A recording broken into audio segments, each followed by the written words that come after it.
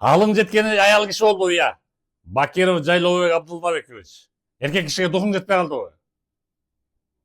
Айтмакчым, сен бир келинди бияктан алдап 230 миң сомго кредит алдыртып алып, ана Россияга сызып кеткенсиң. Уят барбы сенде? Mana ошону көрүп койгула. Фотография чыгат өзү. Өзүн адегенде жомарт деп тааныштырып, соңкулуктан деп. На самом деле каяктан экениңди белгилүү болот. Россияга кирип кетсең эмне? Мен видеолорду аяктан көрбөй алат экен, иә. Бүт ошо жакта кыргыздар көрөт, диаспоранын баары. Мына ошо фотографиясын көрүп койгула. Бакиров Жайлообек Абдуллабекович, 40 жашта. Так что ошо карысынан кутулуп коймоюн, Жайлообек. О видео алынбайт. Шерменде отура бересиң, уктуңбу? Давай тез кутулуп койгун. Келин күтүп атат. Мына көрүп койгула ошо фотографияны.